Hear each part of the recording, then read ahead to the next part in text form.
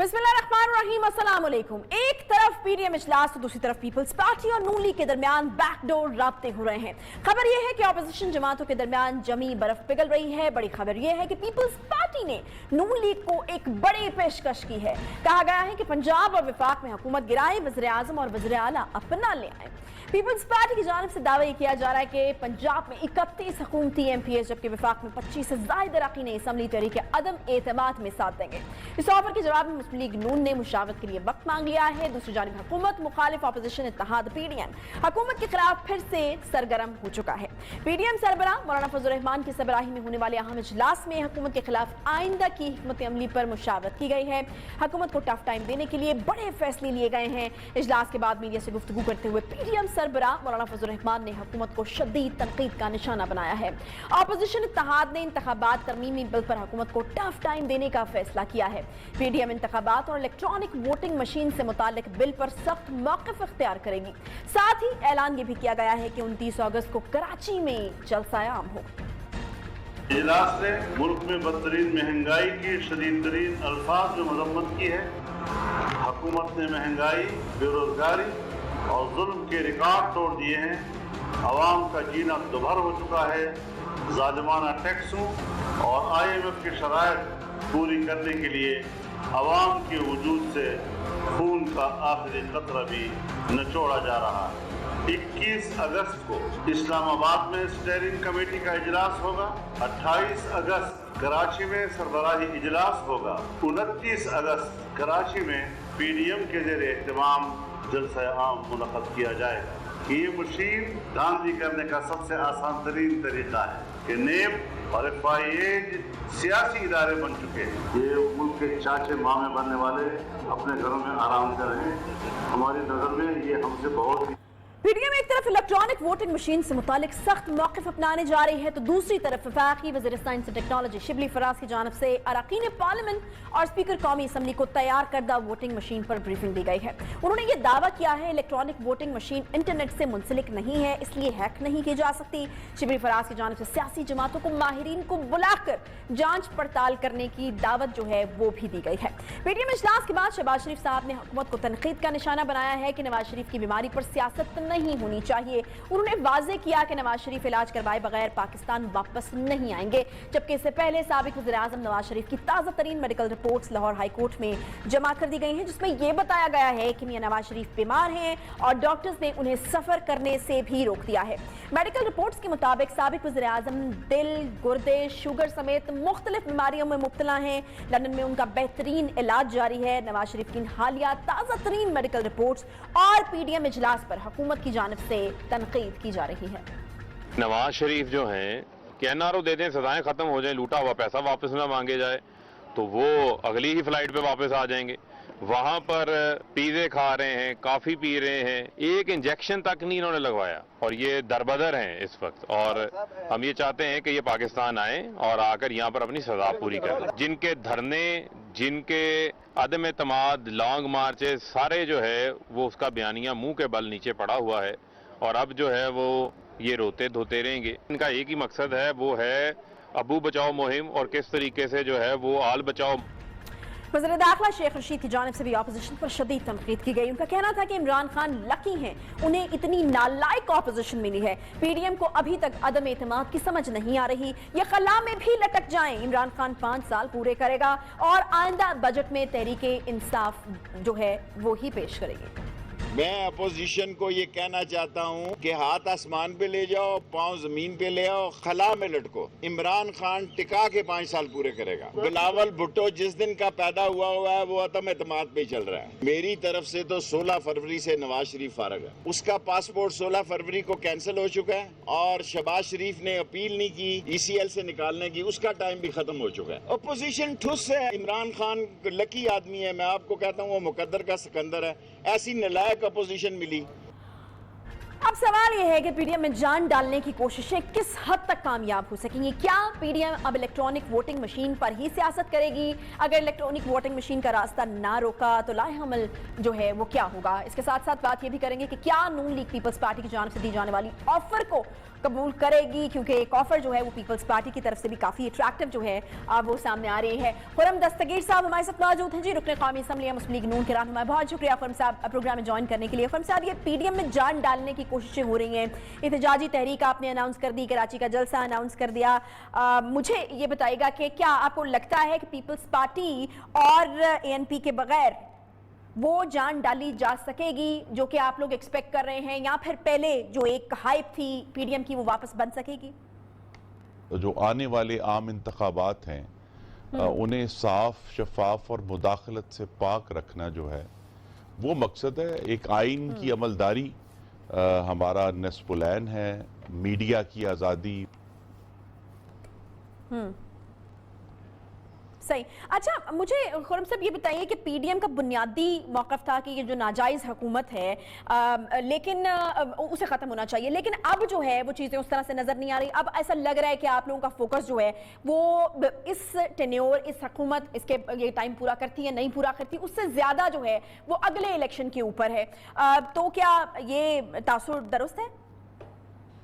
जी, हम तो बहुत पुरुमीद हैं क्योंकि पीडीएम का मकसद तो असल में जो आने वाले आम इंतखाबात हैं उन्हें साफ, शफाफ और मुदाखलत से पाक रखना जो है वो मकसद है। एक आइन की अमलदारी हमारा नस्पुलैन है, मीडिया की आज़ादी, पाकिस्तान में आज़ादी इजहार की आज़ादी वो हमारा नस्पुलैन है, पाकिस्तान से मिसिंग पर्सनस ख़त्म करना हमारा नस्पुलैन है। तो पीडीएम तो ये तहरीक है और मुझे अब ये बहुत उम्मीद है कि आने वाले महीनों में जब ये तहरीक आगे बढ़ेगी, अभी कराची का जलसा भी आज अनाउंस हो गया है कि ये पीडीएम जो है वो एक इंतखाबी इत्तेहाद में तब्दील होकर फिर इंशाल्लाह 2023 के जो इंतखाबात हैं उसमें हम हिस्सा लेंगे।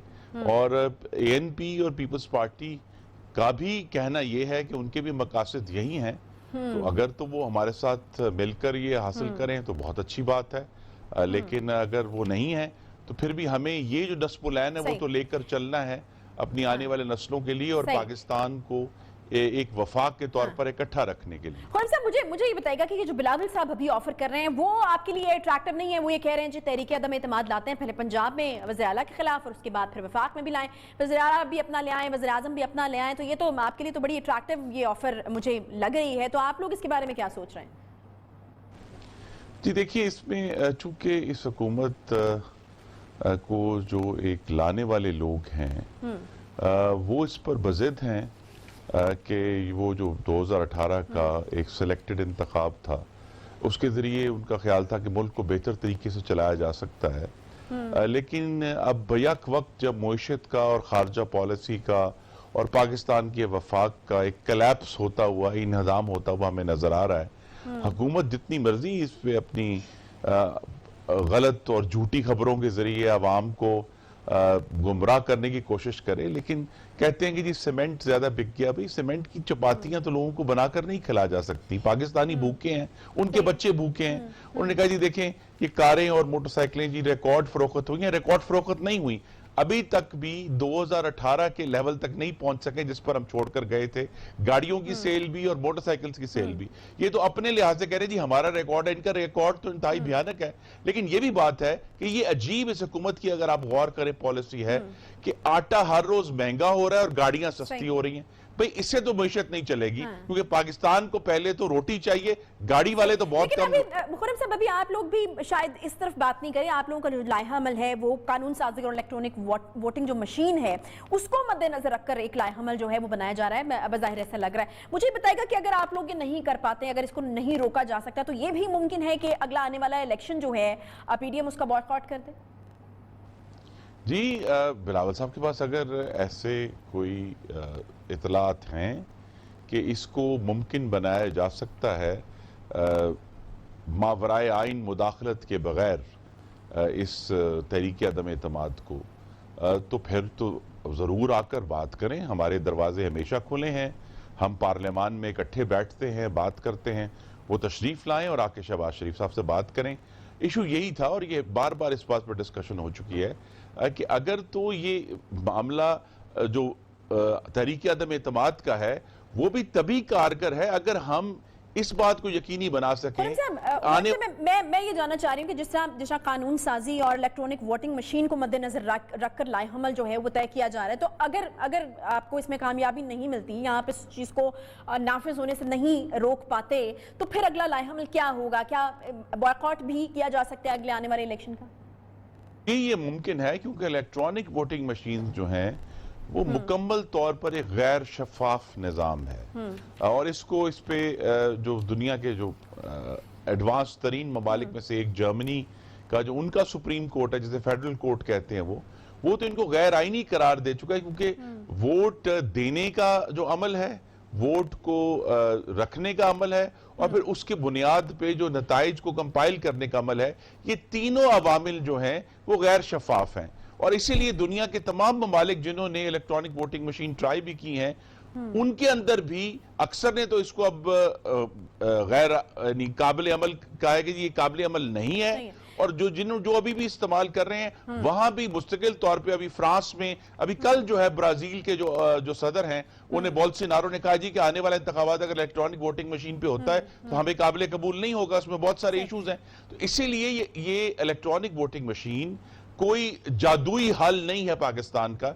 इसको महदूद जगहों पे जैसे इस्लामाबाद शहर है उसमें अगर एक दफा इसका ट्रायल कर ले एक इंतखाब में तो हो सकता है, लेकिन इकट्ठा 22 करोड़ पाकिस्तानियों के मुल्क में जहां आपने तुरबत में भी इलेक्शन कराना है और चित्राल में भी कराना है और आपने जो है वो अब साबका फाटा जो है उसके अंदर भी कराना है और आपने जो है वो लसबेला में भी करवाना है, तो बैक वक्त अगर आपने ये 22 करोड़ का इलेक्शन जो है वो इस वक्त तो इलेक्ट्रॉनिक वोटिंग मशीन के जरिए कहीं भी मुमकिन नहीं है। हिंदुस्तान ने 10 साल लिए थे और अभी भी वहां उसके ऊपर बहुत तहफुजात हैं। तो ये मामला हम तो इसे मुस्तरद करते हैं क्योंकि अगर हमने 2018 से कोई सबक सीखा है कि जब इलेक्ट्रॉनिक वोटिंग मशीन नहीं भी थी तो एक दूसरे आरटीएस सिस्टम के जरिए पूरा सिस्टम मैनिपुलेट किया गया। और देखिए ना, इलेक्ट्रॉनिक वोटिंग मशीन प्रिजाइडिंग अफसरों के अगवा को नहीं रोक सकती।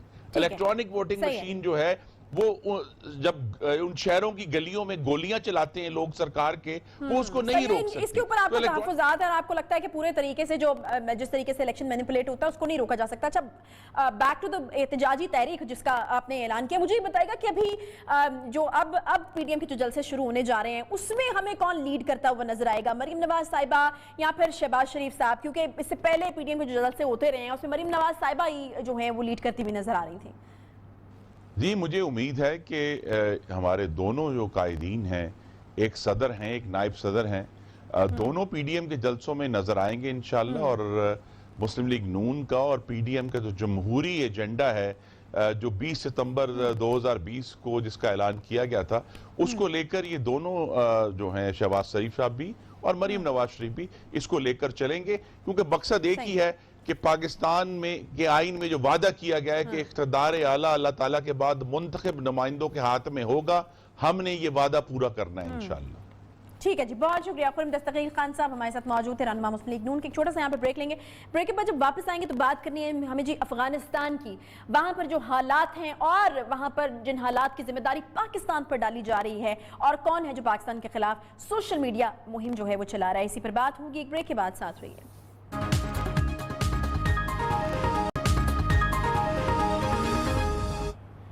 Welcome back. अफगानिस्तान में अमन और अमान की सूरत हाल दिन ब दिन बदतर होती जा रही है। लड़ाई में मुसलसल तेजी आ रही है और अफगान फोर्सेस के हथियार डालने का सिलसिला भी जारी है। अफगान आर्मी चीफ वली मोहम्मद अहमद जई को ओहदे से हटा दिया गया है। जनरल हैबतुल्लाह नए सिपहसालार मुकर्रर किए गए, जबकि मीडिया रिपोर्ट से बता रहे हैं कि तालिबान 5 रोज के दौरान 9 सूबाई दारुल हुकूमतों पर कब्जा भी कर चुके हैं। तालिबान ने बदखशां के सूबाई दारुल हुकूमत फैजाबाद और कंदूज एयरपोर्ट पर का कंट्रोल भी संभाल लिया है, जबकि हेलमंद की दारुल हुकूमत लश्कर गाह में दाखिल हो चुके हैं। तालिबान ने अफगानिस्तान के अहम शहर पुलखमरी का कंट्रोल भी हासिल कर लिया है और दारुल हुकूमत काबुल से तकरीबन 200 किलोमीटर दूर रह गए हैं। सूबे फारा, बदखशां, बकलान, नमरोज, जोसजान, कंदोज, सरायपुल, तखार और समगान पर भी तालिबान का कब्जा है। यूरोपीय यूनियन के अहदेदार ये दावा कर रहे हैं कि तालिबान अफगानिस्तान के तकरीबन 65% जो इलाका है वहां पर वो कब्जा कर चुके हैं। लड़ाई में तेजी आने पर अफगान शहरियों की एक बड़ी तादाद जो है वो दारुल हुकूमत काबुल का रुख कर रही है, जबकि कई इलाकों में शहरी घरों में महसूर होकर रह गए हैं। तालिबान की पेशकदमी के साथ साथ अफगान हुकूमत की बुखलाहट वाज़ेह तौर पर नजर आ रही है, जो मुसलसल अपनी नाकामियों का मलबा पाकिस्तान पर डालने की कोशिश कर रहे हैं।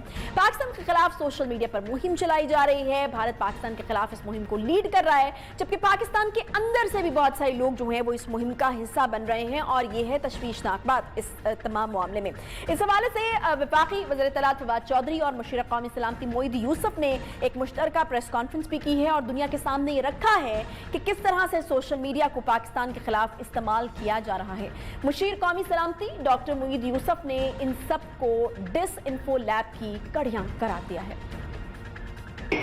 अफगानिस्तान और हिंदुस्तान के अकाउंट्स इस्तेमाल हो रहे हैं बार बार पाकिस्तान को मलाइन करने के लिए। अब तमाम मलबा अफगानिस्तान में जो 20 साल की नाकामी है उसका पाकिस्तान पे डालने के लिए क्या क्या उसमें कोशिशें हो रही हैं कि कुछ अफगान हुकूमत के सीनियर एहलकार वो भी शामिल हैं। Credit Pakistan government and specially Pakistan army. CPEC पे डायरेक्ट टारगेट हाइब्रिड वॉरफेयर के जरिए किया जा रहा है। डेटा के जरिए दुनिया को बताएंगे, बार बार आपको भी बता रहे हैं, लेकिन इंटरनेशनल मीडिया को भी बड़ी बात अमेरिका तक बात कि जी वो क्या होने लगा है। मैं अभी अमेरिका से खुद वापस आया, ना तो कोई ऐसी बात है, ना इसमें कोई हकीकत है और ना कोई जवाब कि जो 20 साल से आपने फौज खड़ी की हुई थी $ट्रिलियन लगा के, उन्होंने हाथ जोड़े और कहा जी हम तो लड़ते नहीं। तो ये पाकिस्तान का मसला है या उनका मसला? वफाकी वज़ीर फवाद चौधरी ने भी प्रेस कॉन्फ्रेंस करते हुए बताया कि पाकिस्तान के खिलाफ सोशल मीडिया ट्रेंड्स को भारत ने लीड किया। सैंक्शन पाकिस्तान ट्रेंड में 8 लाख ट्वीट किए गए। पीटीएम ने रियासत मुखालिफ 150 ट्रेंड्स शुरू किए और इन ट्रेंड्स को भारत ने सपोर्ट किया। यही नहीं बल्कि करीमा बलोच और उस्मान काकड़ की मौत पर भी ट्रेंड्स चलाए गए। उनका कहना था कि भारत और अमेरिका से 20,000 के करीब ट्वीट्स हुई। सुल्फी बुखारी के दौरा इसराइल पर भी एक ट्रेंड चलाया गया और इस ट्रेंड में JUI और नून लीग ने भी ट्वीट्स किए। पाकिस्तान के खिलाफ जो बड़े सोशल मीडिया ट्रेंड्स हैं उनको इंडिया ने लीड किया है। पीटीएम ने जो मेन ट्रेंड्स पाकिस्तान के खिलाफ लीड किए वो 2 सालों में वो 150 ट्रेंड्स रियासत पाकिस्तान के खिलाफ वो लीड किए गए। स्टार्ट पीटीएम ने किया, सपोर्ट जो है उसको हिंदुस्तान से किया गया। अभी आपने देखा है 2-3 दिनों से एक ट्रेंड जो चलाया जा रहा है सैंक्शन पाकिस्तान है। अब तक इसको 8 लाख ट्वीट्स जो हैं वो ये की गई हैं। करीमा बलोच के ऊपर एक जो है वो ट्रेंड चलाया गया। पाकिस्तान के खिलाफ सोशल मीडिया पर मुहिम चलाई जा रही है। अफगानिस्तान और भारत इस मुहिम में पेश हैं। तासुर देने की कोशिश की जा रही है कि अफगानिस्तान में जो कुछ भी हो रहा है शायद उसके पीछे पाकिस्तान है। ऐसे में पाकिस्तान के अंदर से ऐसी आवाजें क्यों उठ रही हैं? लोग भारत दूसरे मुल्क दुश्मन नासर की आवाज क्यों बन रहे हैं? इसी पर भी बात करेंगे और इसके साथ साथ ये जानेंगे कि ऐसे में जब दुश्मन पाकिस्तान के खिलाफ साजिशों में मसरूफ है तो अफगानिस्तान जैसे हसास मामले पर मुल्की सियासी क़यादत का इत्तफाक राय ना होना और मौलाना फजल रहमान का इस मामले पर सियासी बयान देना कि पाकिस्तान बदतरीन आलमी तन्हाई का शिकार है, हुकूमत हर महाज पर नाकाम हो रही है, मुल्की वकार तबाह किया जा रहा है, किस तौर मुनासिब है ये बयानात, इस पर भी हम बात करेंगे। हमारे साथ मौजूद हैं जी जनरल रिटायर्ड नदीम खालिद लोधी साहब, साबिक सेक्रेटरी दिफाई तजियाकार हैं। बहुत शुक्रिया जनरल साहब प्रोग्राम में ज्वाइन करने के लिए। जनरल साहब मुझे ये बताएगा कि अफगानिस्तान में जो है वो तालिबान की पेशकदमी हो रही है, फौज वहाँ पे पसपा हो रही है, आर्मी चीफ को हटा दिया जाता है, तालिबान हर दिन के साथ जो है वो इलाकों पर कब्जा करते जा रहे हैं, लेकिन जो कुछ भी हो रहा है अफगानिस्तान में उसका मलबा जो है वो पाकिस्तान पर डालने की कोशिश की जा रही है। क्यों किया जा रहा है आपके ख्याल में ऐसा, और क्या इस तरह करने से दुनिया की आंखों में धूल झोंकी जा सकती है? देखें जी, जहां तक तो अगर इसको बुनियादी तौर पर एनालाइज किया जाए तो ये कोई ना मुश्किल कोई ऐसा ये मामला है जो समझ में ना आए, कोई बड़ा मुआयमा नहीं है। मैं आपको 2-3 बातें बता देता हूँ। नंबर 1, स्ट्रॉन्ग नेक्सस है अमेरिका का, हिंदुस्तान का, अशरफ गनी का। اور ہندوستان اور امریکہ کے جو نیکسس ہے اس کا تو ہمیں معلوم ہے کہ 14 معاہدے انہوں نے آپس میں کیے ہوئے ہیں. انٹیلیجنس شیئرنگ کا معاہدہ ہے, لاجسٹک شیئرنگ کا معاہدہ ہے, اور ریئل ٹائم انفارمیشن دینے کا معاہدہ ہے. تو جتنا جو بھی معاہدہ ہو سکتا ہے وہ ان کے ساتھ کیا ہوا ہے. اور جو اشرف غنی ہے اس کو یہ استعمال کر رہے ہیں, جب ضرورت نہیں رہے گی اس کا کاٹ دیں گے, لیکن وہ بھی اس وقت رشتہ ہے. اچھا, ابھی یہ چاہ کیا رہے ہیں؟ یہ نمبر 1 یہ چاہ رہے ہیں کہ چین کا اثر رسوخ نہ بڑھے اس علاقے میں اور وہ نہ آ سکے افغانستان میں, تاکہ آگے پورا علاقہ جو ہے یہ چین کے اس میں آ جائے, اکنامک لپیٹ میں, اور یہاں خوشحالی آ جائے. نمبر 2, وہ نہیں چاہتے کہ روس جو ہے یہ نارتھ ساؤتھ کوریڈور استعمال کرے اور گرم پانیوں تک پہنچ جائے, جو کہ ان کی درینا خواہش ہے کہ افغانستان کے تھرو, پاکستان کے تھرو, ایران کے تھرو وہ کر جائے. نمبر 3, سی پیک آپ نے جیسے کہا ان کو منظور نہیں ہے, BRI ان کو منظور نہیں ہے. وہ ایران کے جو ایٹمی ایکٹیویٹیز ہیں ان کے اوپر نظر رکھنا چاہتے ہیں, پاکستان کے جو اثاثے ہیں ان پہ نظر رکھنا چاہتے ہیں. یہ تو ہو گیا. پرابلم کدھر ہے؟ میری نظر میں پرابلم یہ ہے کہ ہمارے جو لوگ ہیں جن کو کھل کے بات کرنی چاہیے, وہ ہندوستان کو تو ٹارگٹ کرتے ہیں, لیکن ساتھ یہ نہیں بتاتے کہ نیکسس ان کا کس کے ساتھ ہے. امریکہ کا نام لیتے ہوئے گھبراتے ہیں, ٹھیک ہے, سپر پاور ہے, دبے الفاظ میں ہی کہہ دیں, ڈر کے کہہ دیں, وہ کہتے ہی نہیں, اس کا نام ہی نہیں لیتے. اچھا, اگر یہ ان کے اہداف ہیں جن کا میں نے ذکر کیا ہے, تو پھر یہ تینوں اینٹیز یعنی کہ امریکہ, ہندوستان اور اشرف غنی, یہ افغانستان میں امن نہیں چاہتے. کیونکہ اگر امن چاہیں تو یہ جو میں نے 6 چیزیں آپ کو گنوائی ہیں, ان کے برج پھر گر جائیں گے, پھر تو یہاں چین آ جائے گا اور وہ ہو جائے گا. لیکن آفٹر سیئنگ آل دس, جو امن چاہنے والے لوگ ہیں وہ بہت میجورٹی میں ہیں اور بہت سٹرونگ ہیں. ان میں افغان عوام ہے, اس میں ایران بھی اس دفعہ ہے, پاکستان بھی ہے, چین بھی ہے, روس بھی ہے, اور کچھ سینٹرل ایشین کنٹریز بھی ہیں. لہذا یہ جو کوششیں ہیں یہ ہار جائیں گی.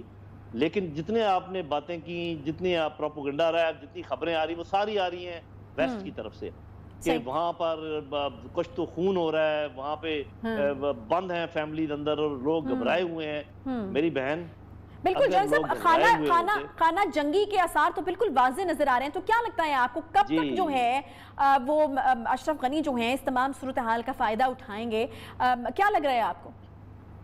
دیکھیں, مجھے کیا لگنا ہے, جب ان کا سب سے قریبی دوست امریکہ کہہ رہا ہے کہ 90 دن کے اندر اندر کابل فال ہو جائے گا, تو مجھے کہنے کی کیا ضرورت ہے؟ میرے منہ سے کیوں یہ بات نکلے؟ میں تو بلکہ اس سے زیادہ ٹائم لگا رہا تھا, میں تو 6 مہینے لگا رہا تھا کہ 6 ماہ ان کو لگ جائیں گے. تو بات یہ, جتنی تیزی سے طالبان آگے بڑھ رہے ہیں, اگر خانہ جنگی ہو رہی ہوتی جس کا آپ بھی ذکر کر رہی ہیں اور پورا میڈیا بھی, تو میری بہن اتنی تیزی سے کوئی آگے نہیں بڑھ سکتا. اگر ایک بندہ بھی کسی گھر میں بیٹھ کے بندوق چلا رہا ہو تو آپ کو 1 دن لگ جاتا ہے وہاں پر بیٹھے بیٹھے. نہیں تو جنرل صاحب اس بات کا کیا مطلب لیا جائے؟ آپ کو لگ رہا ہے کہ ان کو افغان عوام کی حمایت حاصل ہے؟ کیونکہ اس وقت ہم دیکھ رہے ہیں کہ فوج کو مسلسل ناکامیوں کا سامنا ہے اور طالبان کو مزاحمت کا سامنا بالکل نہیں کرنا پڑا. بالکل, تو ان کو یا تو افغان عوام کی حمایت حاصل ہے دل سے, یا افغان عوام کا کچھ حصہ خوف کی وجہ سے ان کی حمایت پہ مجبور ہو گیا. جو بھی ہے, میں اتنا جانتا ہوں ایک فوجی کی حیثیت سے کہ اتنی بڑی ریزسٹنس موومنٹ کسی ملک میں کامیاب نہیں ہو سکتی عوام کی سپورٹ کے بغیر. تو وہ لوگ احمقوں کی جنت میں رہ رہے ہیں جو یہ سمجھتے ہیں کہ افغان طالبان کو افغان عوام کی سپورٹ حاصل نہیں ہے, اوور ویلمنگ سپورٹ حاصل ہے. دیوار پہ لکھی بات ہے کہ وہ سب سے بڑی قوت بن کے ابھر رہے ہیں, پولیٹیکل بھی اور ملٹری بھی. اس کے علاوہ جو ان کی خوبی ہے وہ آپ یہ دیکھیں کہ وہ بات کس سے کر رہے ہیں, روس سے, چین سے, ایران سے, دوحہ میں, ہر جگہ کہہ رہے ہیں کہ یعنی وہ دنیا کے ساتھ اپنے کنیکشنز کو سٹرونگ کریں. اچھا جان صاحب, ایک اور اہم بیان جو مشیر قومی سلامتی معید یوسف کا آیا, انہوں نے کہا کہ پاکستان کے اوپر افغانستان کی ناکامی کا ملبہ ڈالنے کی کوشش کی جا رہی ہے, اور اس حوالے سے سوشل میڈیا کے اوپر ٹرینڈز چل رہے ہیں جن کو بھارت تو لیڈ کر ہی رہا ہے, ساتھ ساتھ پاکستان کے اندر سے لوگ جو ہیں وہ اس مہم کا حصہ بن رہے ہیں, دشمن کا اعلیٰ کار بن رہے ہیں. اس ساری صورتحال میں آپ کو کیا لگتا ہے کہ کتنے زیادہ کیئرفل رہنے کی ضرورت ہے, یا کتنی ذمہ دارانہ کردار جو ہے وہ ادا کرنا پڑے گا اگر اسی طرح سے سچویشن ہے جس طرح کہ معید یوسف صاحب بیان کر رہے ہیں؟ جی, وہ تو بالکل صاف ظاہر ہے NSA ہیں تو ان کو پورا ادراک ہے, وہ صحیح طور پہ بیان کر رہے ہوں گے, کر رہے ہیں. بات یہ ہے کہ یہ جو لوگ ساتھ دے رہے ہیں ٹویٹس کا, ان کو اگر یہ بتا دیا جائے کہ جیسے ابھی یہ پریس کانفرنس ہوئی ہے, ہر ٹویٹ جو انیشیٹ ہوتا ہے اس کا ایک پاکستان میں چاہیے کہ ایک ایسا ادارہ ہو جو فوراً بتائے کہ جی اس کی یہ سورس ہے، یہ وہاں سے نکلا ہے، اس کا یہ مقصد ہے۔ بات یہ ہے کہ آپ نے تو عوام پر چھوڑ دیا، بھی اگر میں کسی ٹویٹ کو دیکھتا ہوں تو مجھے کیا پتا کہ یہ کدھر سے آیا اور کیسے ہوا ہے، تو میرا خیال ہے اس میں حکومت کی رسپانسبلٹی بھی ہے۔ دوسرا یہ کہ یہ جو ری ٹویٹس ہوتی ہیں یا جو لوگ بات کو پھیلاتے ہیں، اس میں کچھ لوگ تو پیڈ ٹرولز ہوتے ہیں جن کو آپ سمجھتی ہیں کہ میں کیا بات کر رہا ہوں، لیکن کچھ لوگ معصوم ٹرولز ہوتے ہیں اور کچھ لوگ ٹرول نہیں ہوتے، ویسے صرف معصوم ہوتے ہیں۔ تو ان تینوں یعنی ایونچولی آپ کو لگتا ہے کہ حکومت کو یہ ذمہ داری لینی پڑے گی اگر لگتا ہے کہ سوشل میڈیا پر اس طرح سے کوئی مہم چلائی جا رہی ہے تو حکومت کو ہی جو ہے وہ اس کا خیال کرنا پڑے گا۔ بہت شکریہ جنرل ریٹائرڈ ندیم خالد لودھی صاحب ہمارے ساتھ موجود تھے۔ ایک چھوٹا سا بریک ہم لیں گے اور بریک کے بعد واپس آتے ہیں، ساتھ رہیے۔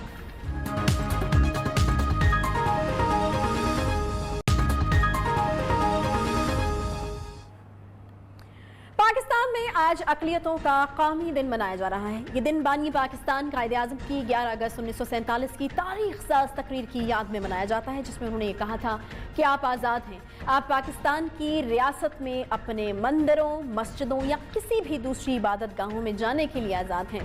آپ کسی بھی مذہب یا ذات سے تعلق رکھتے ہوں، کسی بھی عقیدے پر کاربند ہوں، کار سرکار سے اس کا کوئی تعلق نہیں۔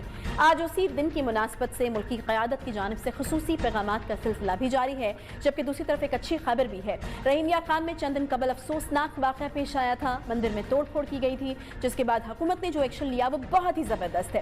علماء کرام نے جو سٹینڈ لیا اور جس طرح سے اس واقعے کی مذمت کی، سخت سزاؤں کا مطالبہ کیا، وہ قابل تحسین ہے۔ ثابت کیا کہ پاکستان میں اقلیتیں واقعی ہی محفوظ ہیں، آزاد ہیں، جو قائد نے کہا ویسا ہی ہوگا۔ اچھی خبر یہ ہے کہ رحیم یار خان نے گزشتہ دنوں توڑ پھوڑ سے متاثر ہونے والے مندر جو ہے اس کو بحال کر دیا گیا ہے۔ پاکستان ہندو کونسل کے سربراہ رکن قومی اسمبلی ڈاکٹر رمیش کمار رحیم یار خان کے علاقے بھونگ پہنچے، جہاں انہوں نے پہلے امام بارگاہ کا دورہ کیا اور پھر متاثرہ گنیش مندر گئے۔ مندر پہنچنے پر ہندو برادری اور مسلم کمیونٹی کے لوگوں نے ایک ساتھ پاکستان زندہ باد کے نعرے بھی لگائے، پاکستان کا پرچم لہرایا گیا اور پھر ڈاکٹر رمیش کمار نے مندر میں پوجا بھی کی۔ اسی حوالے سے بات کریں گے، ڈاکٹر رمیش کمار صاحب ہمارے ساتھ موجود ہے۔ ڈاکٹر صاحب، میں بالکل آج کے دن کی مناسبت سے بالکل ہم بات کریں گے، لیکن سب سے پہلے جو افسوسناک واقعہ پیش آیا، مگر ہم نے دیکھا کہ ریاست حرکت میں آئی، لوگ گرفتار ہوئے، علماء کرام کھل کر سامنے آئے، کیا خیال ہے آپ کا کہ کتنی ذمہ داری کا مظاہرہ جو ہے وہ ریاست کی طرف سے کیا گیا؟ عجب، پہلی چیز تو یہ کہ میں سمجھتا ہوں کہ ایسے واقعات، کسی بھی عبادت گاہ کی بے حرمتی یا اس کو نقصان رسانا، یہ کوئی مذہب اجازت نہیں دیتا ہے، مگر اگر ایسا کوئی واقعات کوئی شرپسند عناصر کی وجہ سے یا ناپ سمجھ لوگوں کی وجہ سے ایسا کوئی واقعہ ہو جائے تو اس کی ایکسپلائٹیشن بھی ایسی نہیں ہونی چاہیے جس میں ہمارا ملک بدنام ہو۔ میں سمجھتا ہوں آئندہ ان چیزوں کو روکنے کے لیے ہمارے معاشرے کو، ہمارے علماء کرام کو اپنی ایک ریسپانسبلٹی نبھانی چاہیے۔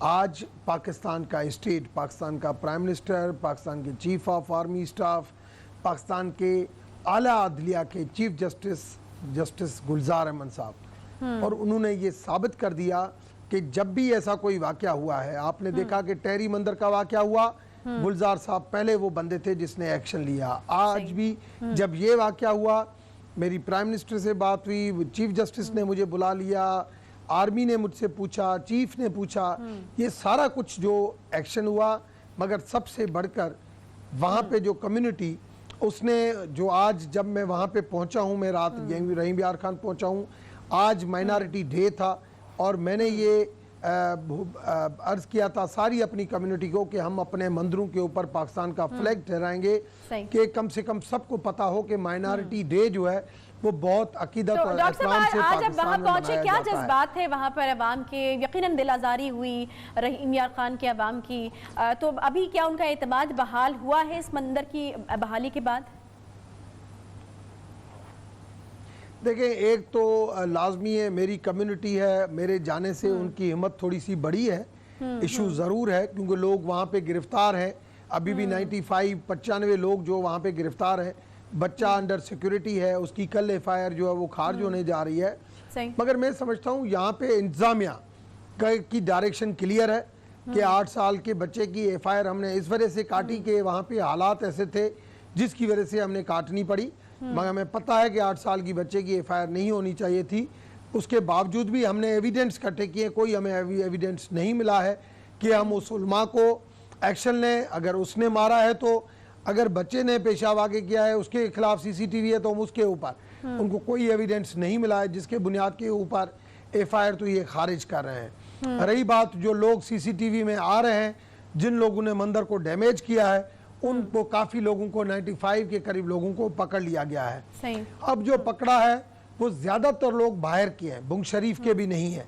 میں نے آج بھی وہاں پہ بات کی ہے کہ میں نے ہمیشہ رحم دلی کا جو ہے وہ مظاہرہ کیا ہے, مگر آپ کم سے کم پہلے شرمسار تو ہو, آپ آئیں آگے بڑھیں اس پاکستان کے خطے کی خاطر, اس پاکستان میں امن کی خاطر, پاکستان کا گڈ امیج کی خاطر کم سے کم آپ وہ کام کر کے دکھائیں. اب مندر کے حوالے سے ری ایبلیٹیشن ریسٹوریشن ہوئی, آج میں نے مندر کی اوپننگ سیریمنی بھی کی, گنیش پوجا بھی کی, مندر دوبارہ میں نے بحال کر دیا ہے, کمیونٹی کو میں نے ہمت دے کے وہاں پہ واپس بٹھایا ہے. مگر پھر بھی میں سمجھتا ہوں ایک انٹرفیتھ کمیٹی وہاں پہ بنی ہوئی ہے جس کا رول بہت پازیٹیو تھا اور وہ اپنا رول بہت اچھے طریقے سے جو ہے وہ نبھا رہی ہے. مگر ہمیں آگے چل کے کام کرنا پڑے گا, علماء کرام کو جو اپنا ایک پازیٹیو رول اختیار کرنا پڑے گا. جب تک علماء کرام نہیں بڑھیں گے آگے, میں نے آج اپنی تقریر میں بھی آشا ایک بات کی کہ اللہ کے آخری پیغمبر نے جب ایک دیہاتی بندے نے مسجد میں پیشاب کر لیا تھا تو وہاں پہ اس وقت بھی لوگوں نے جو ہے وہ ناراضگی کا جب اظہار کیا, غصہ کیا, تو اللہ کے آخری پیغمبر آگے بڑھے اور انہوں نے کہا کہ آپ کو اس دھرتی کے اوپر خدا نے بھلائی کے لیے بھیجا ہے, برائی کے لیے نہیں بھیجا ہے, نیکی کے لیے بھیجا ہے, بدی کے لیے نہیں بھیجا ہے. اور آپ بالکل, اور پانی کی ڈول بھر کے آئیں اور بہا دیں اس کو. اسلام کا پیغام بھی واضح ہے اور ہر مسلمان بھی جو ہے وہ اس طرح کے کسی بھی واقعے کی مذمت جو ہے وہ کرتا ہے. بہت شکریہ ڈاکٹر رمیش کمار صاحب ہمارے ساتھ موجود تھے. اس کے ساتھ ہی پروگرام کا وقت یہاں پر ختم ہوتا ہے. انشاءاللہ آپ سے کل ملاقات ہوگی. خیال رکھیے اپنا. اللہ حافظ.